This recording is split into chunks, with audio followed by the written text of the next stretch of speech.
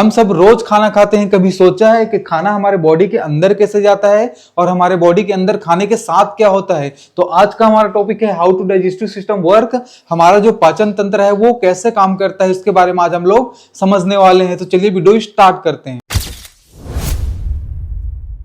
The gate keeper, हमारे पाचन तंत्र की शुरुआत होती है माउथ से, मुंह से, जो कि हमारा गेट कीपर होता है। यहीं से हम खाना खाना चालू करते हैं। माउथ के अंदर क्या होता है, टीथ होता है, दांत होता है, जो खाना को छोटे छोटे पीसेस में तोड़ने का काम करता है। लार ग्रंथि होती है, जहां से लार निकलता है, मेनली एमाइलेज नाम का एक लार निकलता है, जो कार्बोहाइड्रेट का डाइजेशन यहीं से चालू कर देता है। कार्बोहाइड्रेट को पचाना मुंह से ही, माउथ से ही चालू कर देता है। हमारे पास टंग होता है, जीभ होता है, जो स्वाद के लिए होता है, और जो लार निकलता है और खाना जो छोटे छोटे पीसेस में टुकड़े में रहते हैं उनको मिक्स करने का, मिलाने का काम करता है। अब जैसे ही उसमें लार मिल जाता है, खाना छोटे छोटे पीसेस में मिक्स हो जाते हैं, फिर वो खाना कहाँ जाता है, वो खाना आगे बढ़ता है। द हाईवे, हमारे पाचन तंत्र में इसोफेगस होता है, जो हाईवे के रूप में, रास्ते के रूप में काम करता है। जैसे खाना माउथ से निकलता है, ओरोफेरिंक्स के थ्रू इसोफेगस में एंटर करता है, तो इसोफेगस में क्या होता है, पेरिस्टाल्टिक मूवमेंट होता है। इसोफेगस में जो मसल्स होती हैं वो मसल्स क्या करती है, कॉन्ट्रैक्ट करती हैं, रिलैक्स करती हैं। इस प्रकार से जो लहरों की तरह क्या करती है, जो खाना है वो आगे बढ़ती है। इस प्रकार से खाना क्या होता है, खाना को आगे बढ़ाने का काम करता है इसोफेगस। द केमिकल लैब, हमारे पाचन तंत्र में हमारा जो स्टमक है, अमाशय है, वो केमिकल लैब के रूप में काम करता है।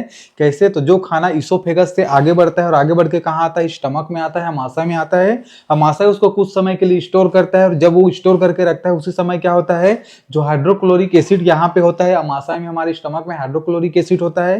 ये हाइड्रोक्लोरिक एसिड क्या होता है, खाना के साथ मिक्स हो जाता है। खाना के साथ मिक्स होकर जो भी इन्फेक्शन रहता है उसको मारने का काम करता है। उसी के साथ साथ एक पेप्सिन होता है, पेप्सिन को ये एक्टिवेट करता है। पेप्सिन एक एंजाइम है जिसको एक्टिवेट करता है, जो प्रोटीन का पाचन करता है, प्रोटीन को छोटे छोटे टुकड़े में तोड़ता है। तो इस प्रकार से जो HCl है और जो एंजाइम्स पेप्सिन है, दोनों क्या होते हैं, खाना के साथ मिक्स हो जाते हैं, और खाना के साथ मिक्स होके काइम बना लेते हैं, और ये काइम फिर आगे बढ़ता है। द बाइल फैक्ट्री, हमारे पाचन तंत्र में जो लिवर होता है वो बाइल फैक्ट्री के रूप में काम करता है। बाइल बनाता है और उस बाइल को गॉल ब्लैडर में क्या करता है, स्टोर करता है। फिर गॉल ब्लैडर से यही जो बाइल है वो कहाँ पहुंचता है, स्मॉल इंटेस्टाइन के फर्स्ट पार्ट जो डियोडिनम होता है वहां पे ये पहुंचता है। तो बाइल क्यों पहुंचाता है, क्योंकि वहां पे क्या करता है, ये जो बाइल है वो फैट का डाइजेशन करता है। जो फैट होता है, वसा होता है, उसको छोटे छोटे टुकड़े में तोड़ने का काम करता है।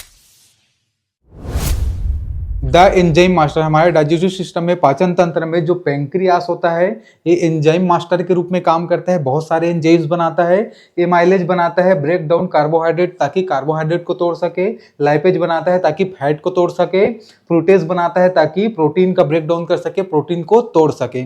अब ये सब को, एंजाइम्स को बनाकर कहाँ भेजता है, तो जो स्मॉल इंटेस्टाइन का शुरुआती पार्ट होता है जिसको डियोडिनम बोलते हैं, वहां पे भेजता है, ताकि कार्बोहाइड्रेट, प्रोटीन और फैट का क्या हो सके, डाइजेशन हो सके, पाचन हो सके। इसके साथ साथ ये और बनाता है, इंसुलिन और ग्लूकागोन बनाता है। इंसुलिन और ग्लूकागोन को डायरेक्ट ब्लड में पहुंचाता है, ताकि इंसुलिन और ग्लूकागोन से ये ग्लूकोज को कंट्रोल कर सके।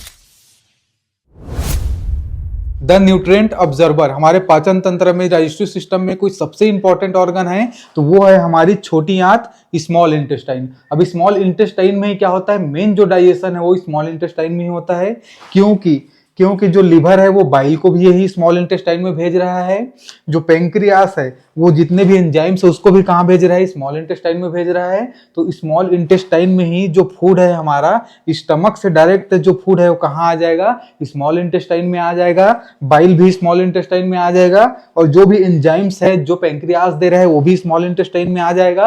अब ये सारे स्मॉल इंटेस्टाइन में क्या करेंगे, फुल डाइजेशन चालू कर देंगे। फुल डाइजेशन होने के बाद क्या होगा, यहाँ पे क्या होता है, स्मॉल इंटेस्टाइन में विलाई पाए जाते हैं। यही विलाई क्या करते हैं, जो भी न्यूट्रिएंट्स होते हैं, फूड होते हैं, उनको अवशोषित करते हैं, और अवशोषित करके हमारे ब्लड सर्कुलेशंस में, लिम्फ में पहुंचाने का काम करते हैं।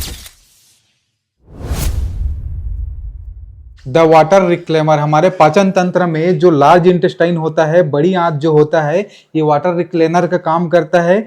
जो भी खाना हमारे छोटी आंत से आता है, छोटी आंत से क्या होते हैं, ठीक है, जितना भी न्यूट्रिएंट है ऑब्जर्व होने के बाद जो वेस्ट प्रोडक्ट बचे हैं, वो वेस्ट प्रोडक्ट कहाँ चले जाएंगे, तो वो चले जाएंगे लार्ज इंटेस्टाइन में। लार्ज इंटेस्टाइन में जैसे ही जाते हैं तो बचा खुचा जो न्यूट्रिएंट्स होता है, इलेक्ट्रोलाइट्स होता है, पानी होता है, उसको लार्ज इंटेस्टाइन क्या करता है, अवशोषित करता है। और अवशोषित करने के बाद यहीं पे क्या होता है, फीसेस का जो मल होता है उसका निर्माण होता है। मल का निर्माण होता है और मल निर्माण होकर कहाँ इकट्ठा होता है, तो जो मलाशय होता है, रेक्टम वाला पार्ट होता है, वहां पे फिर क्या होता है, जो मल है वो इकट्ठा होता है। द एग्जिट गेट, हमारे पाचन तंत्र में, डाइजेस्टिव सिस्टम में जो एनस होता है वो एग्जिट गेट के रूप में काम करता है। जैसे ही मलाशय क्या होता है, रेक्टम क्या होता है, फुल हो जाता है तो एक सेंसेशन आता है कि जो फीसेस है, जो मल है, उसको बाहर निकालना है करके, फिर वो एनस के थ्रू क्या होता है, एग्जिट होता है, बाहर होता है। तो ये रहा फ्रेंड्स पाचन तंत्र कैसे काम करता है। कोई भी क्वेरी है, कोई भी क्वेश्चन है, किस टॉपिक में वीडियो बनाना है, आप कमेंट कर सकते हैं। आपको वीडियो अच्छा लगा हो तो वीडियो को लाइक कर दीजिएगा। ऐसे वीडियो और देखने के लिए चैनल को सब्सक्राइब कर दीजिएगा। Thank you so much.